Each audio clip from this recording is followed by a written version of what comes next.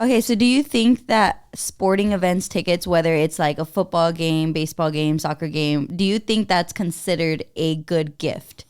I mean, Or is it like a cop-out type of thing? no, I think it's a really good gift, like all things considered, right? Like if you're a football fan, for example, like if you love the Rams, like, and I bought you like tickets to see the Niners, for example, like you'd probably be like, no, I don't think that's on par. But if you're a Rams fan and I bought you Rams tickets, it'd be like, yeah, like that's fire. Well, yeah, obviously. I mean, like I've been thinking about like Christmas gifts already, and we're Okay. only in like September, October, and I don't know. I feel like I want to get like your family something that has to do with Niners, but I don't want to get them like Niners gear because they all like have Niners gear too from like Fan Day. Yeah. But I don't know. I want to get them tickets, but I've also never been to Levi's Stadium, so I don't know how that would go. I mean, shoot, how much bread do you want to throw down? Because those football tickets I are don't know. crazy. But I also like don't want to be the oddball out, so I think Yeah. I'm just gonna get like a Niners jersey and be a bandwagon for the day. I don't know. If you get someone like a sporting event ticket, it's okay, you know. I mean, it's But great. I feel like everyone knows like the value of a ticket. Kamusta na kayo? Hola, hola, everyone. What's up, everybody? Nico Blitz in the building.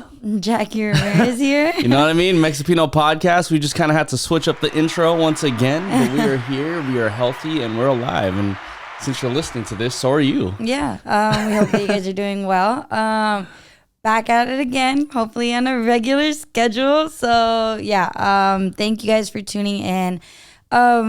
Yeah, I guess we just kind of should get into it with today's like subject because like last night Nico and I went to our friend Twee, her album release party for her new album Wings out now, so go stream it. If you guys know Twee, she's an amazing singer. If you don't know Twee, go check her out at Twee Music. Vietnamese American R&B pop singer. You know, before we really like dive into the like imposter syndrome that we're going to talk about today, can I just say like it is Filipino American History Month, and I want to shout out like 2 honorary Filipinos. Okay, period. The first honorary Filipino on the list would be Twee. Okay, yeah. You know what I mean? Yes, sir, last night she did. Last night she was like, where are my Filipinos at? I was like, girl, you're Vietnamese. Like, wait, what?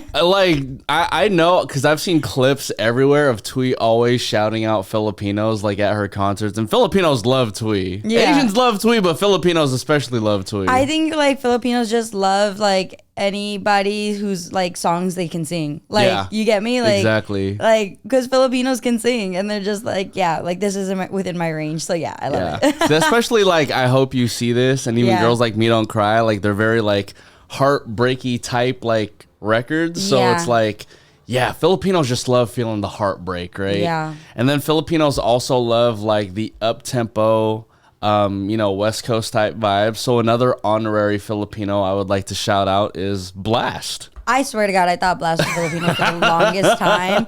And then, like, I was just like, maybe he's like half Filipino. Like, for the longest time, I was like, there has to be a reason, like, Filipinos, like, hella fuck with Blast. Like, they're, like, he has to have, like, a great grandma that's Filipino or something. And he doesn't. But Yeah. it just, like, a lot of Filipinos gravitate towards Blast. Yeah. And shout out to them. Shout out to Blast, you know? Yeah, shout out to Blast, man. And so it's cool to see like Twee and Blast get a record called What You Gotta Say, because I remember when Twee first posted it on her IG, like some of the top comments were like, this is already gonna be like the next Filipino anthem. I'm like, neither of them are Filipino, but I do get what this comment is saying. I totally agree. Yeah, so happy Filipino History Month to Twee and Blast. Okay, so as Jackie was saying, last night we went to Twee's listening party, and our friend Johnny actually brought something up to her. Yeah, well, I actually kind of brought it up because like I still feel like I've struggled so much within this industry within the past like couple years that I've been in the actual like music and entertainment industry that I still feel like I'm really brand new to this. Okay. And even though I have gone through like a lot of shit experiences, and because of that, I think I still struggle with my imposter syndrome of like, yes, Twee is our friend, but like, even regardless, friend or not, like if I go to an album release party, or if I go to a concert, or if I'm able to have like an experience that not everyone would get to experience, okay. I feel like I'm not worthy to be in that room. So can you break it down first? Like what exactly is imposter syndrome? Because sometimes I even have the question when people bring it up. Yeah. So just for people who also need further clarification. Okay, so for those who don't know what imposter syndrome is, I'm literally like getting the actual definition of it. Shout out Google. Shout out WebMD, actually. Okay, WebMD. What is imposter syndrome? Imposter syndrome is when you doubt your own skills and successes. You feel like you're not as talented or worthy as others believe, and you're scared that one day people will realize that. Although it's not a mental health diagnosis, imposter syndrome can cause real harm in different areas of your life. So, like, from what I'm taking from that is like, I also like, it's not just within like my career that I feel this imposter syndrome. Yeah. It's within like as different aspects of my life. Like I feel like growing up like a minority, a child of immigrants, and just within like Latino culture, you're very much taught to like, don't flaunt what you have. Don't like make it seem that you're above somebody else. Don't do this, don't do that. If you're gonna like, if you have a success, keep it on the down low. Yeah, keep it on the down low. Okay. I totally get that because Filipinos are definitely the same way, right? Like I was raised in also that sense of like, yeah, you know, you can have this, you can have that, but there's no need to be like braggadocious about it or be boisterous about it. It's kind of like if you have it, not everybody needs to know that you have it. And by it, I don't mean like an actual physical thing, but like, you know, it could be whatever. Yeah, it could literally be whatever. Yeah, and I think like because of that, it's partly because of that I feel like this constant imposter syndrome when I am like in my area of my career.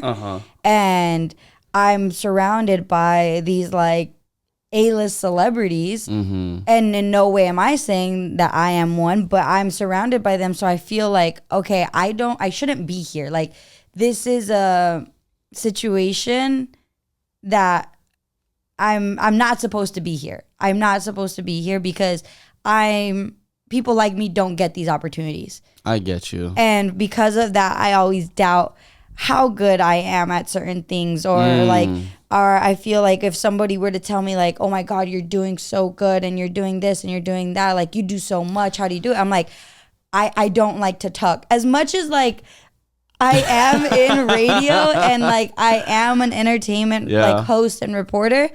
I actually hate to talk about myself because I never want it to come across like I am being just like I'm coming off boisterous or braggadocious. Like I don't like to talk about it because it's just like I don't want somebody to get the inclination like, oh, she's so full of herself. Yeah, and I totally get that because with the way I was raised, I was brought up the same way, right? You know, like it was more like be humble, right? And then over the years, I mean, being in this industry for like about like, I don't know, close to 10 years now, I've just come to realize that, you know, one thing that one of the homies told me, he always told me like closed mouths like don't get fed. Yeah. And so if people don't know what you're doing, if people don't know like who you are, like how exactly are you going to like stand out in other people's minds, right? It's something that I'd say it's not something easy to do, right? Because especially when you come from a background of like, be humble, just kind of shut up and do your work. Like it's hard to actually talk about these successes that you have in your life because you don't want to feel like you're bragging about it, right? But 9 times out of 10, we should like put our minds in the set of, you know, I'm happy and I am successful and I want everybody to know like why I'm feeling this way. It's a hard thing to obtain and really just takes some time to get to. Yeah. You know, Jackie and I were talking about like the anxiety that comes with her being in like networking events last night.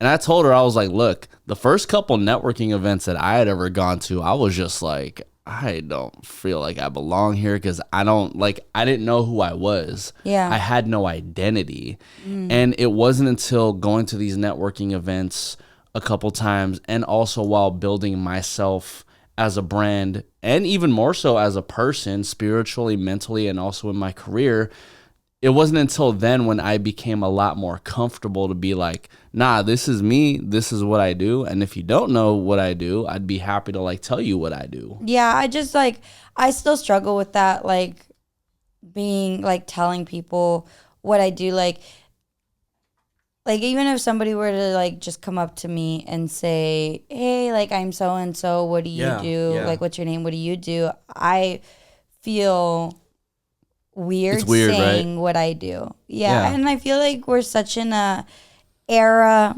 of social media that everybody wants to highlight what they do and they want to put it out there publicly.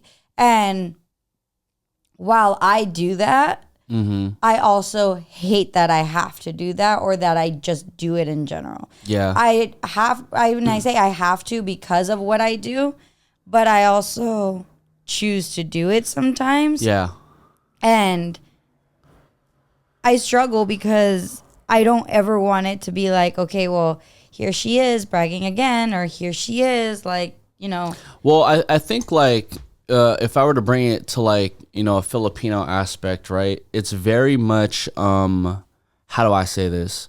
It's very much, let the work speak for itself, right? Yeah. Like if I had a job that's like, you know, that was getting me like 6 figures, right? Like I might have a house that looks like it was worth like 6 figures, or I might have a car that looks like, okay, cool, like you can get this car, you can get this, blah, blah, blah.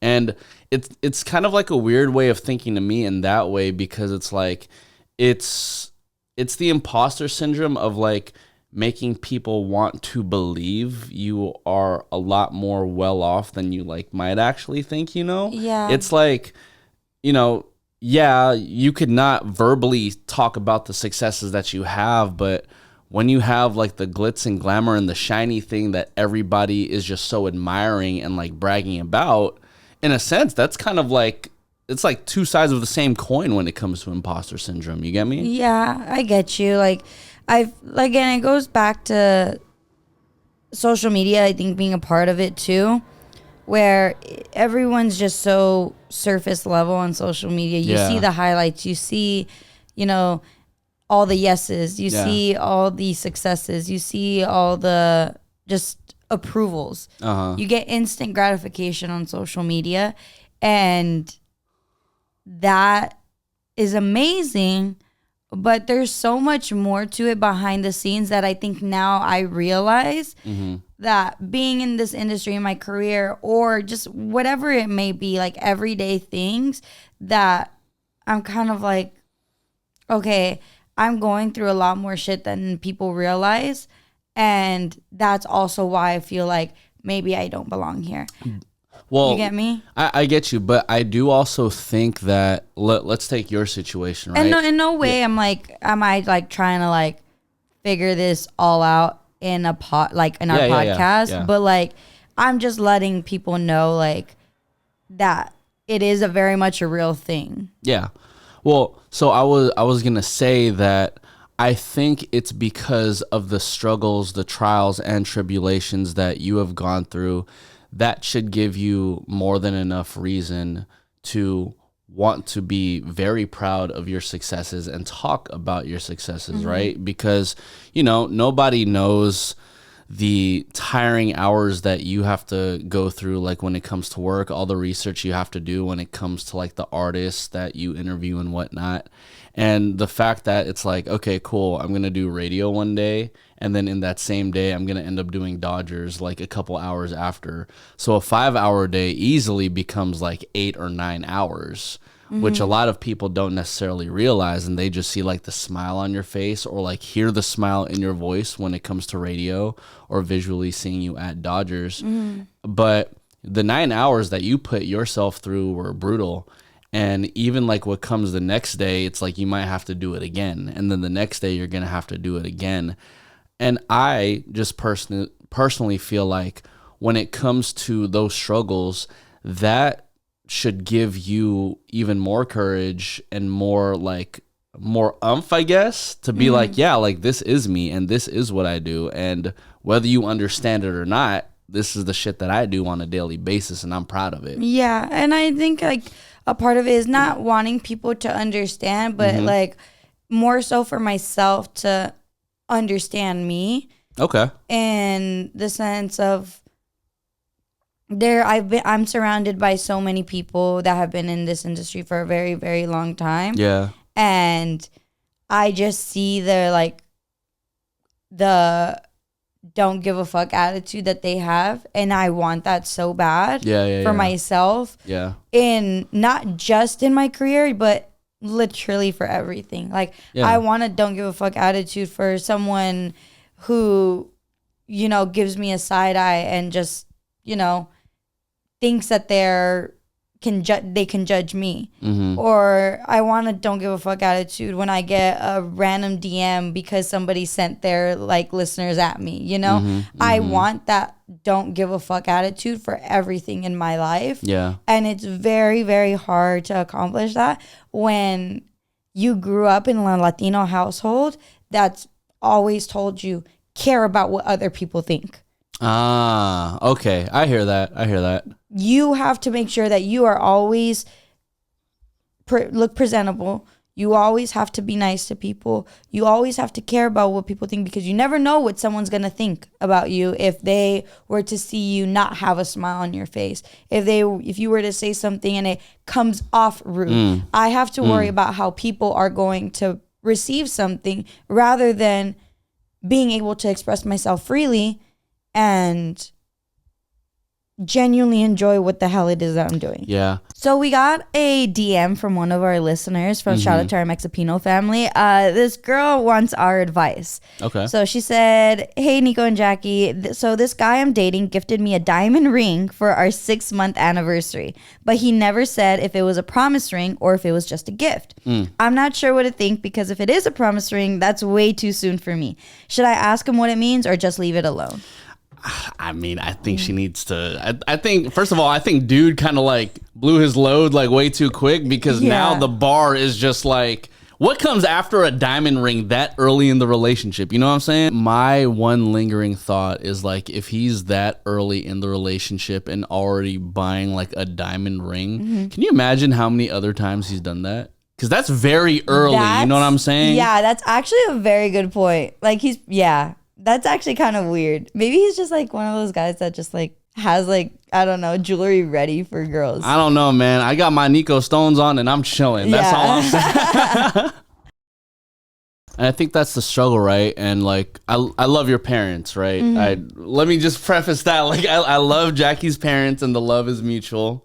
It's vice versa. But, you know, it's... Nico's seen me like struggle with this ever since we started dating. Yeah. Like, here's the thing, and I don't ever want to come off rude. I just feel like it is such a traditional way of thinking to constantly accommodate for what other people may or may not think about you. Yeah. Right? I was just talking to, again, our friend Johnny Maxwell just yesterday. And before we did our whole session, we had like a pretty deep, like hour-long talk. One of the things that stuck out to me, and, you know, God knows where Johnny gets his research from, right? Probably from Google, probably from the internet. But he had said like, I believe 80 or 90% of the things that we worry about are just things that exist in our head and in our head only. Yeah. 10% of the things that we actually worry about are actually like real. It's actually real. Yeah. And something about that convo yesterday just resonated with me so much, because not that in the past, I've tended to worry about things that didn't necessarily exist, right? They were possible outcomes that I would just draw up in my head, and in turn would cause a whole bunch of anxiety. Yeah. Come to find out, when things actually transpire, it's like, it didn't really transpire that way, right? Yeah. And don't get me wrong, still to this day, there are glimpses and flashes of that, like whether Jackie and I are throwing like Mexipino Food Fest. There's like an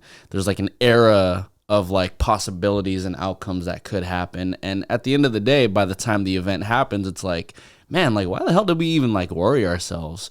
It is super hard to get out of that mindset. And there is a borderline between, I guess, I don't care and I don't give a fuck, versus I'm going to adapt to whatever the situation is, and I'm gonna make sure like whatever's thrown at me, I'm able to adapt to it.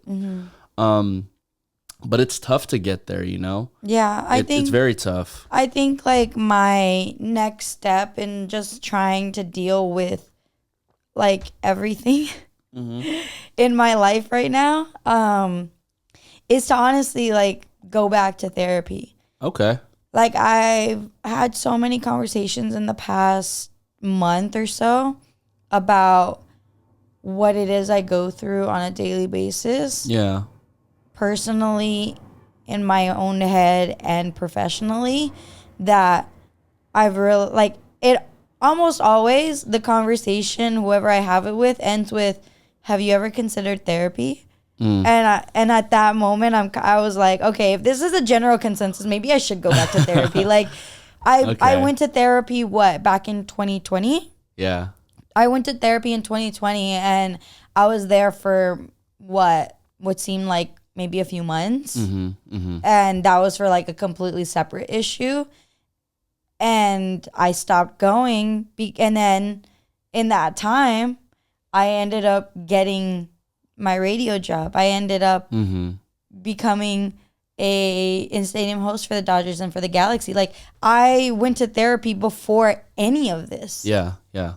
And I haven't been after. And my life has changed so drastically and so quickly that I need help processing it. Well, you know, it's an actual thing to be in the entertainment industry and have like an entertainment therapist. Like, that specific niche is an actual thing. And I just found out about this like a couple months ago. I don't know if I want to go to an entertainment therapist. I'm not sure, just because I feel like I have so many more issues in my fucking head. Yeah. I'm not all there. But yeah, I just like, I don't know if it, but then again, like, they probably know that too, like how to deal with that too. Yeah. Because they are a therapist.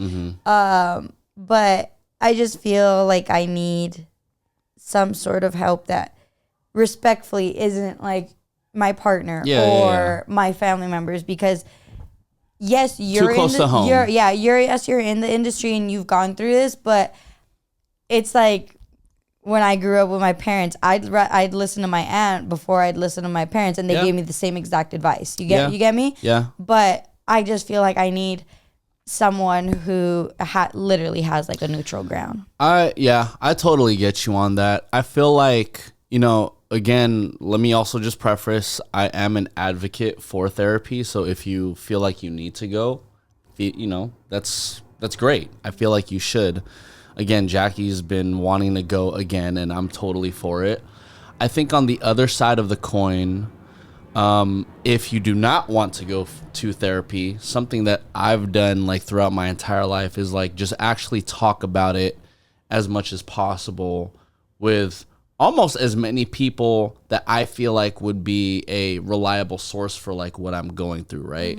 So for example, if I'm going through like, you know, issues when it comes to DJing, more than likely I'm just going to talk to other DJs and see like how their career has gone and like things that I can pick apart from it and see how that can help me throughout life. If I'm going through, I mean, let's just say like a heartbreak, for example, like I've talked to my mom in the past because my mom has gone through that type of stuff, you know? You know, whereas Jackie's family has come from like a, I guess more, you know, we don't necessarily talk about these things. my family has come from a situation where, like, you know, we talk about these things like to our faces, whether we're screaming or not.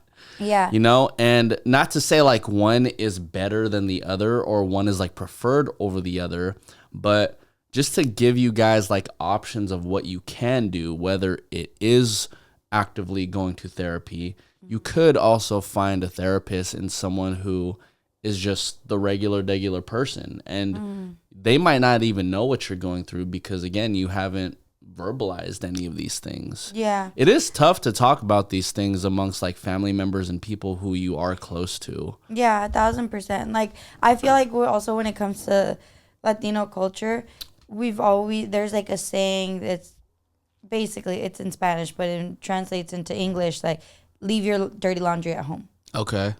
Like, you don't talk about it. What is it in Spanish? I can't say it properly. So, but yeah, like, it's pretty much saying, like, you don't talk about your issues outside of the house, out of the four walls. You don't talk about it.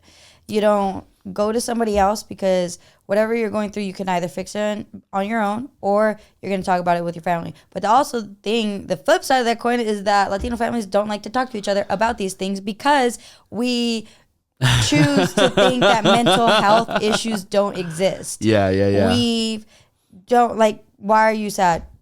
The lights are on. Yeah. You have food. Don't be sad. Like, no, like, I can be sad. I can go through things. I can go through a heartbreak. I can go through, like, career issues. And yet, like, nobody knows. And, like, I need to choose my words very carefully. Okay. Because then the attack dogs are going to come out on me again. All right. I went through something. I'm keeping it very brief for our listeners. You obviously know it. I went through something that my parents still don't know about to this day, where I received death threats. I was told very nasty things on social media because other people felt the need that they were able to do that to me. I was very new in this industry, and it sucked. And I never talked to anybody about it, and it was just you that I talked to about it. Yeah. You know? And yes, you were and still are in this industry, but you've never been through something like that. At least I don't think so. You know? And that really fucking sucked.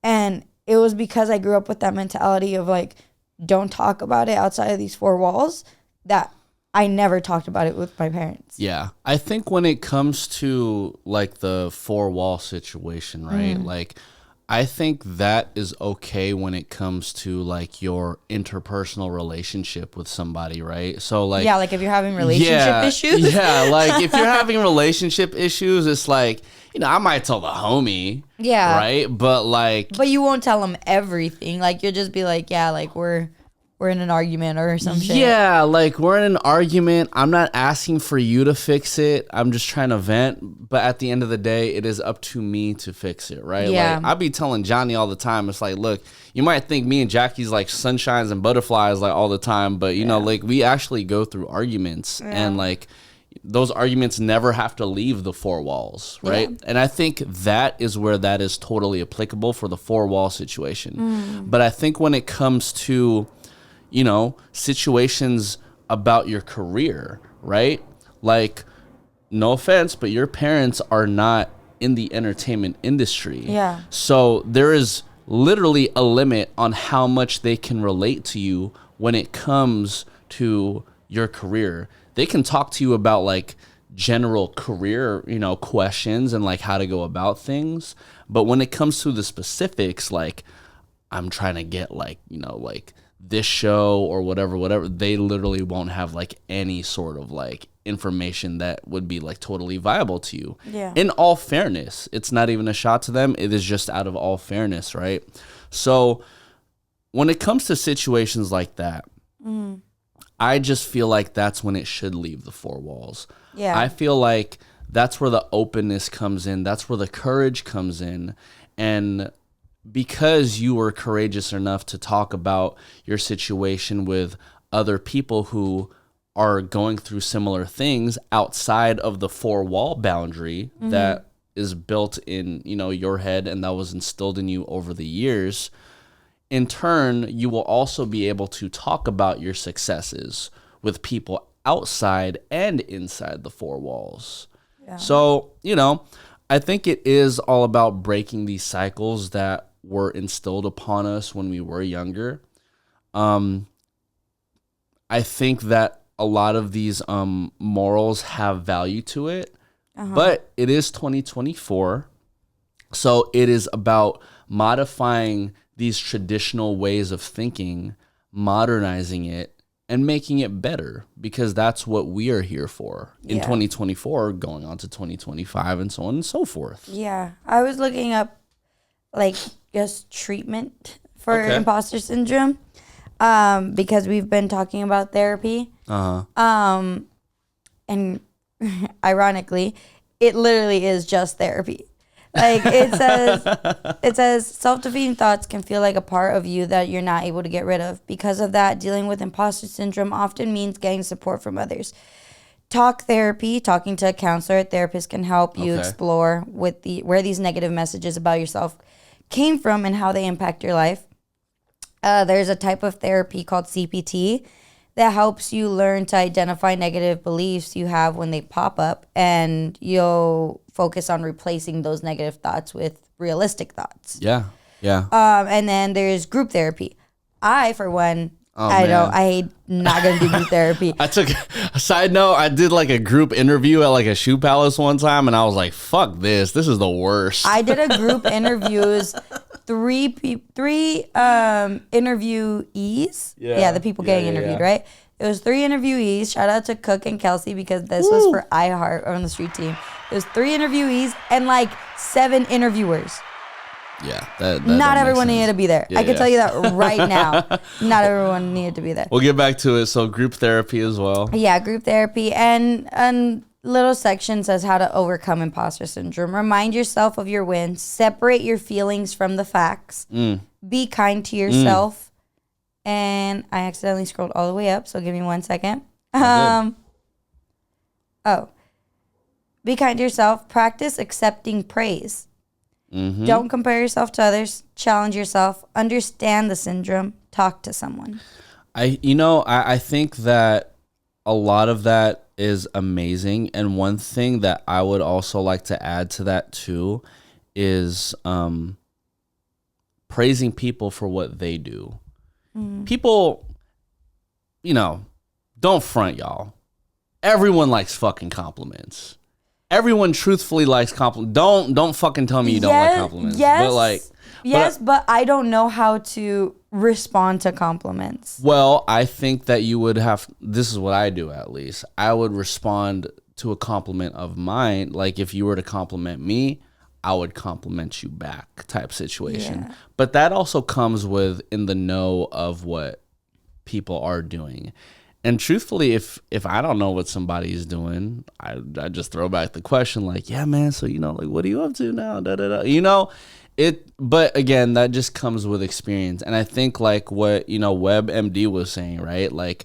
Be able to accept compliments, receive compliments, also be able to give compliments. I think once we establish that we are in a safe space of that everyone is going through similar shit. Everybody is trying to get these wins under their belt. We create a space where we can openly talk about these things in public places, where we were at yesterday. We open a space where we can talk about these things in private places. And we start to build trust not only with other people, but we also start to build trust in ourselves. The more that people talk about us and we talk about them, the more we start to believe these things. If someone told you you were the greatest radio host ever, you might be like, nah, that's not me. But if you accept it, you know what, thank you, I really appreciate that, you start to believe okay, cool, I'm really doing a really good fucking job. Yeah. And I can always become better, but I'm happy to know that someone believes that I am the best. Yeah. That's a great point. I think the biggest takeaway from this whole episode was that imposter syndrome, while it's not a official diagnosis, it is a very serious form of self-doubt. And people with imposter syndrome tend to also like suffer from anxiety and depression. And if you guys feel that, whoever's listening to this, if you feel that this is something that you are going through and you finally have been able to put a name to it, please seek a counselor, talk to somebody that you trust. And yeah, because that's what I'm going to do. Yeah. And if you trust us, just DM us. Yeah. You know what I'm saying? Yeah. No, but we appreciate you guys and anybody else going through imposter syndrome. Just know we go through the same thing on a daily basis. My name is Nico Blitz. I'm Jackie Ramirez. And this is the Mexipino podcast. We will see you guys around Halloween. Oh, yeah. Period. All right. Bye, guys.